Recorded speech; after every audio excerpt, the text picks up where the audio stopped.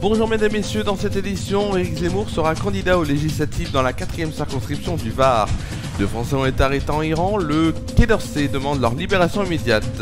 On verra qu'en Ardèche, à Saint-Agrève, appel à la vigilance après les déclarations d'un garçonnet. En Martinique, un homme a été tué d'une balle dans la tête cette nuit au Marigot. La météo et l'éphéméride de demain en fin d'édition. C'est la fin des titres de votre édition, on est le jeudi 12 mai 2022.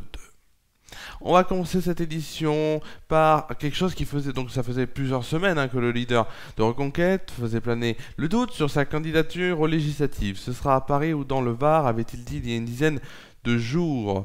Et cette fois-ci, c'est sûr, ce sera donc dans le Var, dans la 4e circonscription, la seule où son parti n'avait pas encore dévoilé de candidat. Éric Zemmour va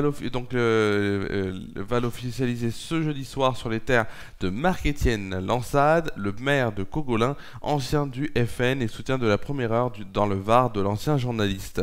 C'est aussi le fief de la députée Renaissance sortante, Sereine Montborgne, candidate à sa réélection. Le choix donc de s'implanter dans le golfe de Saint-Tropez n'est pas anodin. Éric Zemmour, très attaché à ses racines méditerranéennes, a réalisé ses meilleurs scores donc à la présidentielle dans le Var. De plus, c'est une région dans laquelle il vient régulièrement depuis 20 ans selon son entourage. À Saint-Tropez notamment, où il a dépassé les 22%, mais aussi à Grimaud, Sainte-Maxime et Cogolin. C'est à Toulon donc Éric Zemmour avait débuté la campagne de promotion de son livre avant de se lancer dans la présidentielle. Il était revenu dans le Var le 6 mars pour enregistrer le soutien de Marion Maréchal, Marion Maréchal qui avait rejoint Reconquête à cette occasion. Éric Zemmour avait finalement réalisé un score décevant avec 7% des voix, on se rappelle, terminant loin derrière Marine Le Pen. On va tout de suite passer à un autre titre de l'actualité. 2 ressortissants français ont été arrêtés en Iran, a annoncé ce jeudi le ministère français des Affaires étrangères qui a condamné cette arrestation sans fondement et a réclamé donc leur libération immédiate. Dans un communiqué, le Quai d'Orsay ne précise pas leur identité, mais selon quelques informations, il s'agirait de 2 membres du syndicat Force ouvrière, Cécile Collère et son compagnon. Ils étaient collés, Et ils étaient donc en voyage touristique en Iran. Les autorités françaises sont pleinement mobilisées et l'ambassadeur à Téhéran a effectué donc des démarches auprès des autorités iraniennes pour obtenir un accès consulaire, et le chargé d'affaires de l'ambassade d'Iran à Paris a été convoqué au ministère, précise le ministère des Affaires étrangères. L'Iran avait annoncé ce mercredi l'arrestation de 2 Européens accusés de vouloir déclencher le chaos et déstabiliser la société. Téhéran a fait prisonnier plusieurs ressortissants étrangers pour des motifs sujets politiques par les pays occidentaux qui considèrent que les autorités s'en servent comme moyen de pression dans les négociations sur le nucléaire iranien. On va maintenant parler d'actualité locale. Mardi 10 mai, un petit nuage d'inquiétude flotte, et donc flotte toujours depuis quelques jours au-dessus du village ardéchois de Saint-Agrève dans le nord du département. Une affaire qui a été portée à la connaissance du grand public via les réseaux sociaux, mais dont les gendarmes donc ont été alertés en amont par les parents d'un petit garçon. En effet, ce dernier a déclaré avoir été abordé par une dame inconnue. Elle lui aurait demandé de monter dans sa voiture orange de manière insistante et méchante aux abords du groupe scolaire public du village. Les faits se seraient produits ce mardi à la sortie des classes, donc en fin de journée. L'enfant aurait refusé avant de s'enfuir. Depuis, cette information circule sur les réseaux. Les gendarmes ardéchois, s'ils appellent à la vigilance, n'en tempèrent pas moins donc les faits afin d'éviter toute psychose qui juge pour l'heure inutile. Les parents d'élèves et d'enseignants ont été sensibilisés. L'enfant aurait été le seul approché. Maintenant, on va changer de titre de l'actualité encore une fois pour aller en Martinique où dans la nuit dernière, la nuit de mercredi à jeudi, peu après minuit, un homme de 38 ans a été tué sur la commune de Marigot. L'homme a reçu une balle dans la tête. Les pompiers et le SAMU se sont rendus sur place. L'équipe médicale n'a rien pu faire. L'homme a été déclaré décédé à 1h20 cette nuit. Une enquête de gendarmerie a été ouverte après ces faits.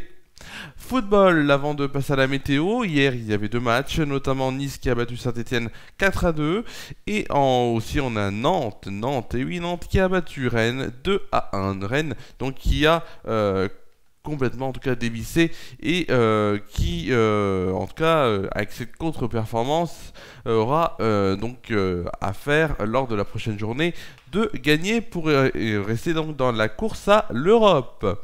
On va tout de suite passer à une rubrique que vous adorez, je le sais, c'est tout de suite la... Ah, c'est quoi, la météo? Je pense pas... Mais si, c'est la météo, c'est tout de suite la météo.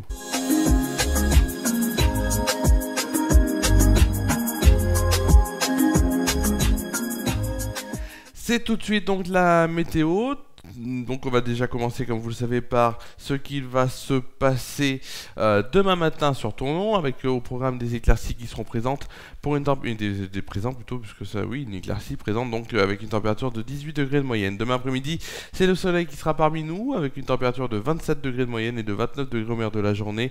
Quelques petites rafales de vent qui seront à 10 km/h, donc rien de bien méchant. En soirée, le soleil se conclura cette journée, il fera 22 degrés de moyenne. Tout de suite, on va passer à ce qui va se passer, donc au temps qui va se passer demain sur la France métropolitaine, avec déjà la carte de demain matin, et cette fois on n'aura pas de bug technique par rapport à ça. Demain matin, les nuages dominent du sud-ouest au centre-est et s'accompagnent parfois d'une averse.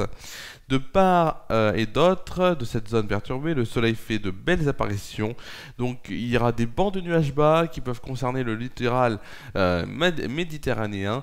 Il fait un peu frais dans le nord-ouest, mais très doux ailleurs. Côté température, il fera 8 degrés à Brest, Rouen et Nantes, 10 degrés à Cherbourg et Lille, 12 degrés à Bourges, La Rochelle et Montélimar, 15 degrés à Biarritz, Toulouse, Perpignan, Montpellier et Nice.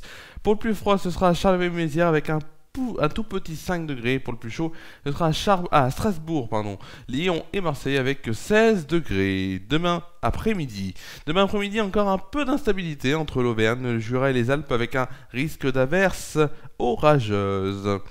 Ailleurs, le soleil domine le plus souvent sur les nuages. Les températures sont de saison au nord, mais toujours élevées au sud, à l'exception des littoraux. On va tout de suite voir les températures. Il fera 20 degrés à Lille, Charleville-Mézières et Rouen, 21 degrés pour Rennes, Marseille et Nice, 22 degrés à Paris, Troyes et Nantes, 23 degrés à Orléans, Dijon et Limoges, 24 degrés pour Strasbourg, Bourges, La Rochelle, Montpellier et Marseille, enfin 26 degrés pour Bordeaux et Biarritz. Pour le plus froid, ce sera à Cherbourg où il fera 16 degrés, et pour le plus chaud, où il fera vraiment chaud, ce sera à Montélimar où il fera une température de 29 degrés. On fêtera demain les Rolandes, les Servets ou encore les Maëls.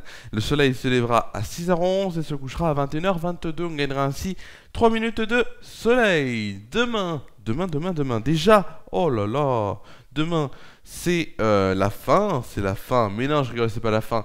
Demain il y aura le JT en inédit, ce sera la dernière édition de la semaine, mais on reviendra bien sûr après. Dans les prochaines semaines, dès mercredi, pas mercredi mais dès jeudi de la semaine prochaine pour le JT. Le mag sur les Kicks Radio sera demain en inédit, même en rediffusion, on peut le dire comme ça, à 11h avec comme invité la rediffusion donc des organisateurs de la seconde édition du Festival des Jardins. Samedi, vous allez retrouver Samedi Détente à 19h et en direct ce sera à 20h50, alors 19h bien sûr, Samedi Détente en inédit, je vous le redis, et en direct pour un live audio multiplex, donc il fera une news live spécial multiplex de la Ligue 1, 37e journée à partir de 20h50 pour l'avant-match, 21h pour le live. Vraiment très belles affiches, on suivra les 10 affiches en même temps, et dimanche à 20h, excusez-moi, 20h, ce sera en direct et faire un news foot. C'est la fin de cette édition, je vous remercie de l'avoir suivi, je vous souhaite de passer une bonne soirée, une bonne nuit, prenez soin de vous et de vos proches, et je vous dis à demain pour la dernière édition du JT sur FR News. À demain.